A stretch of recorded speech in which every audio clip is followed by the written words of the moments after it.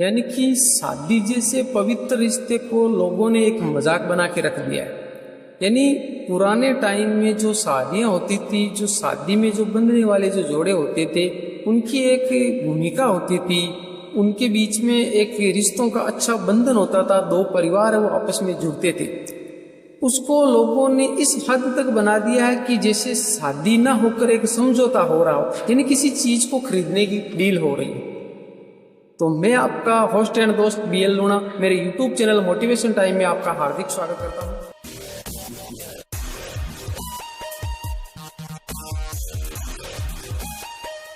अगर आप मेरे चैनल पर पहली बार विजिट कर रहे हो तो आप मेरे चैनल को सब्सक्राइब कर ले, बेल आइकन को ऑल पे प्रेस कर ले, ताकि मेरे आने वाली हर वीडियो का नोटिफिकेशन आपको मिलता रहे। क्योंकि मैं इस चैनल पर इसी तरह की जो वीडियो है वो अपलोड करता रहता हूं, जो हमारे दैनिक जीवन से जुड़ी होती है। यानी हमारे दैनिक जीवन में हम किस प्रकार ऊर्जावान, किस प्रकार एक सकारात्मक सोच पैदा कर सके। तो देखिए, आज हम जो एक शादी का जो टॉपिक है इस पे चर्चा करेंगे। तो देखिए, पुराने टाइम में जो शादियां होती थी उसमें क्या होता था कि जो दो परिवार है तो किसी रिश्तेदार के द्वारा बताई जाती थी कि भाई हमारे रिश्ते के अंदर कोई लड़की है या लड़का है, तो वो जाकर देखते थे। फिर आपस में कुछ चर्चाएं होती थी, उनके घर वालों का जो बैकग्राउंड है वो देखा जाता था, लड़के और लड़की दोनों के।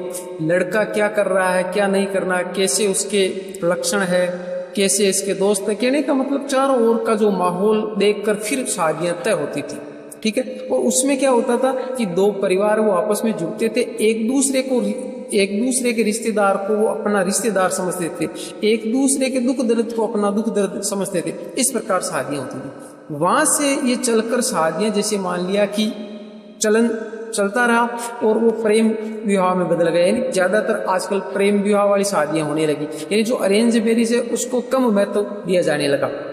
अब क्या हो रहा जी, प्रेम विवाह भी गलत नहीं है। गलत क्यों नहीं है कि जैसे मान लिया किसी के साथ में हम लंबे टाइम से रह रहे हैं, 2 साल 5 साल से, तो जिसके साथ में हम रहते हैं, और ये स्वाभाविक सी क्रिया है कि जब किसी के साथ में हम लंबे टाइम तक रहते हैं तो उसके बीच में प्रेम या प्यार होना स्वाभाविक सी क्रिया है। और अगर हो भी जाता है, भाई दोनों एक दूसरे को पसंद करते हैं, लड़का और लड़की, और वो अगर शादी करना चाहते हैं, तो उसमें काफी हद तक ये होता है कि वो एक दूसरे को समझते हैं, एक दूसरे को समझते हैं कि भाई इसका व्यवहार कैसा है, क्या चीजें इनको पसंद है, क्या चीज इसको नहीं पसंद है। दूसरी बात है, 2 4 5 साल हम किसी के साथ में रहते हैं तो उनके घर वालों से सी कभी कभार मुलाकात होती है, तो थोड़ा बहुत हम घर वालों के बारे में भी जान जाते हैं कि भाई इसके घर में कौन कौन है, घर वालों का बैकग्राउंड क्या है। तो काफी बातें हम एक दूसरे की आपस में शेयर करते रहते हैं। और वहां तक भी ठीक था कि जैसे प्रेम विवाह हो रहा था। पर जो नया प्रेम विवाह जैसे हो रहा है कि किसी के साथ में हम 1-2 दिन साथ में रहे और बाकी शादियां कर लेते, तो ये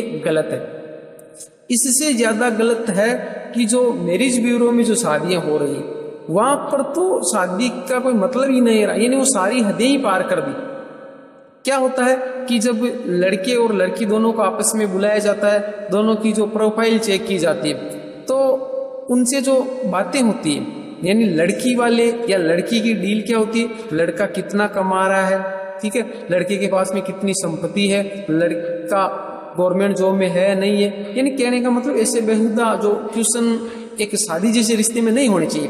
क्योंकि ये अब तक ये होता है कि अगर जिनकी पहले शादियां होगी, क्या उनके बाद में उनकी गवर्नमेंट जॉब नहीं लगती है? क्या पहले कोई गरीब था तो शादी के बाद में क्या अमीर नहीं बन सकता है? तो ये तो बेहुदा बातें हैं जिसको पहले देखा जाता है, ठीक है। कहने का मतलब जो एक शादी जैसा रिश्ता है ना, उसको उसने पवित्रता जिसको अपवित्र कर दिया। और लड़के वाले की जो मांग होती है तो वो देखता है कि लड़की कैसी है, उसका फिगर कैसा है, दिखने में कैसी दिख रही है, सुंदर है नहीं है, जब वो मेरे साथ रहेगी तो कैसी दिखेगी।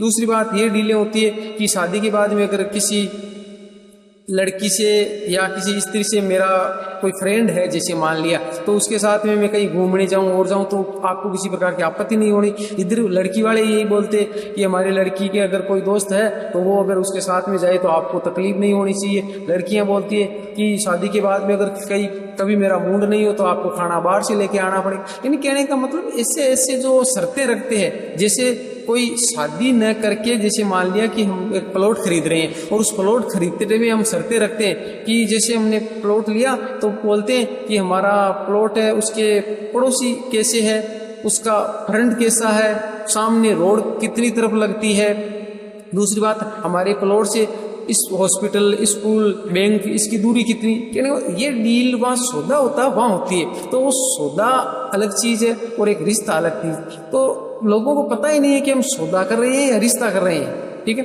फिर बोलते हैं कि कुछ समय बाद में जैसे उनके बीच में ये हो जाता है, तो होने के बाद में क्या होता है कि भाई फोन पे बातें होती है, तो लड़के बेहुदा क्वेश्चन करते हैं, यानी जब भी फोन पे बातें होती है तो आपको सेक्स करना कितना पसंद है, वो पसंद।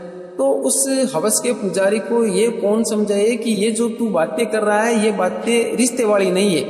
कहने का मतलब ये कुछ दिनों की चीजें होती है, उसके बाद में धीरे धीरे जो रिश्ते है उसको मजबूत करना होता है, जो पारिवारिक जीवन से कैसे जुड़ सकते, यानी उसके दुख दर्द, उनके परिवार के, उनकी चीजें जो शेयर होनी चाहिए वो तो नहीं कर रहे, और ये फालतू की जो बातें उठपटांग।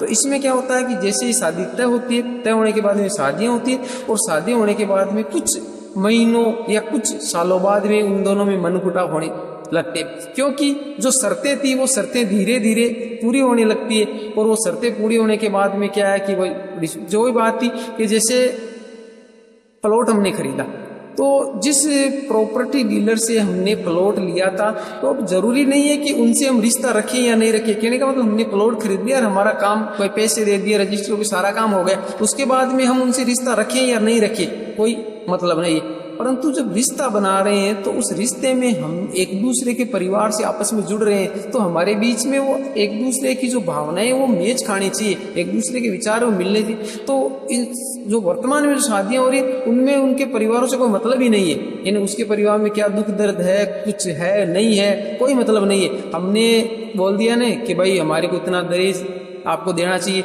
अब वो कहाँ से भी लेके आए।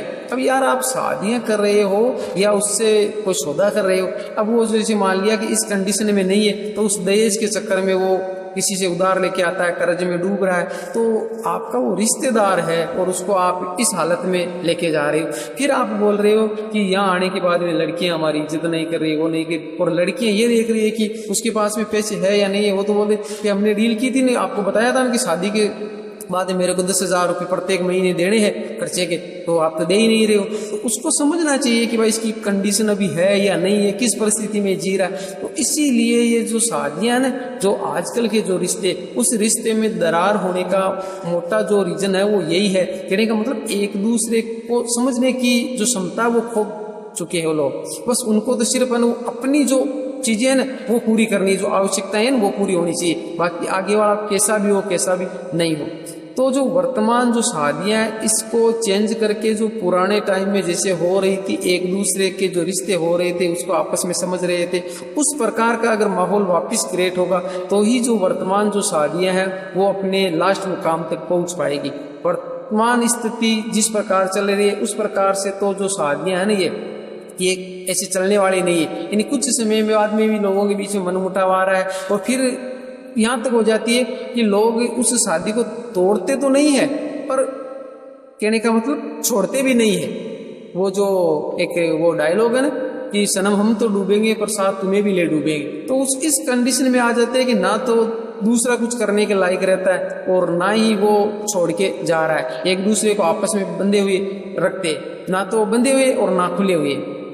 तो इस प्रकार का माहौल आपको जो शादी जैसे जो रिश्ते हैं इसमें नहीं करना चाहिए। जो आप सौदा कर रहे हो तो वो जो मार्केट तक है उसको मार्केट तक ही सीमित रखे, जो रिश्ते हैं इस रिश्ते में जो ये सौदाबाजी आप कर रहे हो इस सौदाबाजी को आप बंद करें।